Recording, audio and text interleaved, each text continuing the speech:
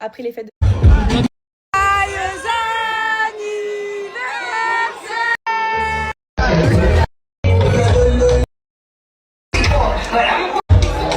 Bon, la journée commence comme ça. C'est compliqué là. Là, ça va être compliqué d'assumer aujourd'hui. C'était très bien. Hier, on a fait une soirée, c'était trop chouette pour l'anniversaire de Mel. Une petite soirée tranquillement dans un endroit ici. Et non, par contre, c'était chouette. C'était atypique. C'était très sympa. Par contre, là, Mel et mon autre copine Céline, elles sont déjà dans la voiture. En fait, je vous explique. Aujourd'hui, on va dans un autre hôtel qui est tout au nord de l'île. Il y a plein d'endroits hyper chouettes au nord qu'on n'a pas fait encore. Et attends, il faut que je me pose dans le lit. Du coup, dans cet hôtel-là, c'est l'anniversaire de Mel. Elle voulait bronzer, elle voulait profiter. Moi, j'ai pas pu là. En fait, j'ai mon père et ma sœur qui prenaient un autre taxi dans 1 heure. Du coup, je leur ai dit partez et moi, je prends l'autre. Faut encore faire la valise. C'est un bordel dans la chambre, je vous dis même pas. Je fais que bailler, je fais que pleurer. Ouais, je disais, c'est un bordel dans la chambre, je peux même pas vous montrer. Mais c'est parce qu'en fait, on part, on revient, on part, on revient, on est très peu dans la chambre et bref, c'est pas grave. De temps en temps, un peu de bordel, ça fait du bien. Et je sais plus ce que je veux dire. Je pense que je vais mettre un bain. Je vais aller me baigner dans la piscine qui est juste là. Je vais rester au soleil un peu 20 minutes et je ferai ma valise après. Parce que si je la fais dans cet état-là, je vais tout oublier. I've been all around. Bon, du coup, je suis à la piscine. Je vais arriver 2 heures après elle, mais c'était pas possible. Fallait que je me réveille. D'ailleurs, je pense que le top, je vous fais pas les yeux, mais le top, après avoir fait la fête, l'alcool est à boire avec modération, c'est, je le souhaite à tout le monde, que tout le monde puisse le faire après une fiesta. Pouvoir plonger dans une piscine bien fraîche, boire un bon café, prendre 1 ou 2 Doliprane, et normalement ça devrait aller mieux. Regardez comme c'est trop beau où je suis.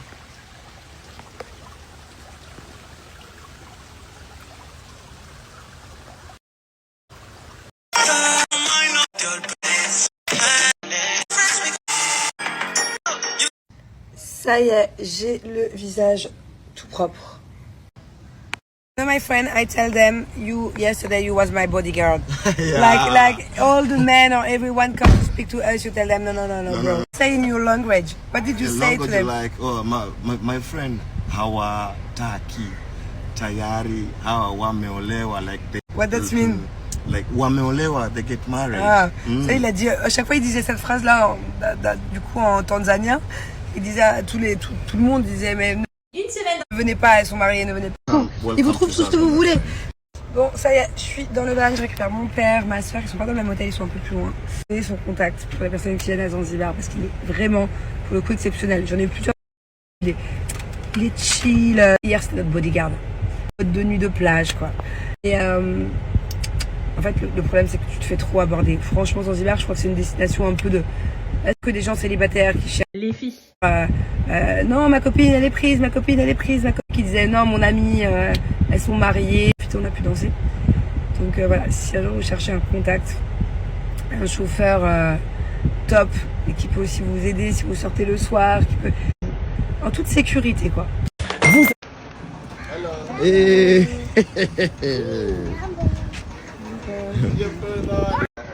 Olha kupwa hapo kwenye hesabu. Mishafanya school eh? Mm.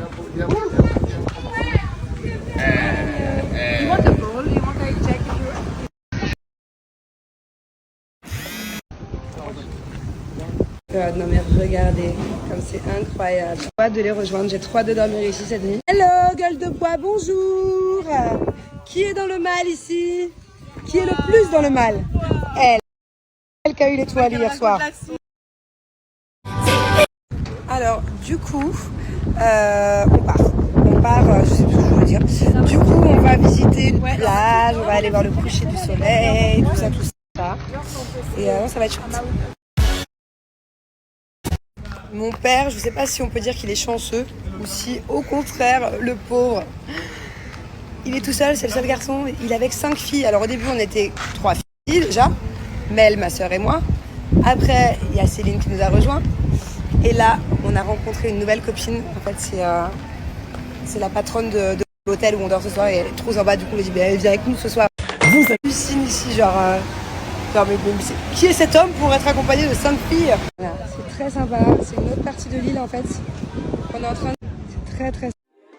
incroyable, regardez.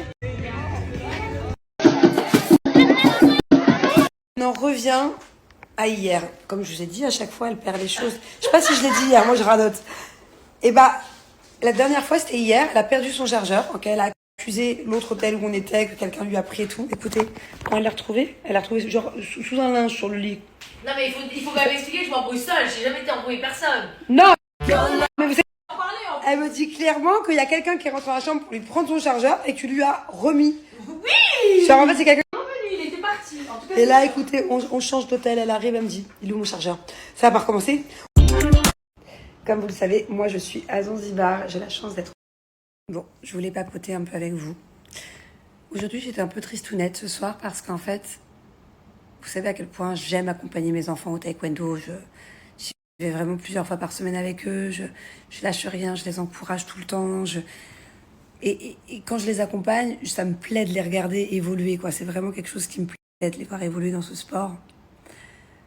Et en fait, ils ont eu le passage de la ceinture jaune aujourd'hui. C'était pas prévu. Si j'avais su, j'aurais... Bien évidemment, j'aurais mis les vacances avant ou après. Enfin, je sais pas comment j'aurais fait ou j'aurais fait en sorte, je sais pas.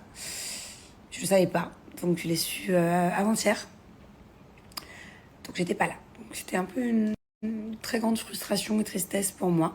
Bon, c'est pas grave, je suis en vacances, je peux pas être partout, mais c'est vraiment quelque chose où j'aurais aimé être là. C'est-à-dire que je préfère être là pour le passage de la ceinture plutôt que pour le spectacle de l'école de fin d'année, quoi.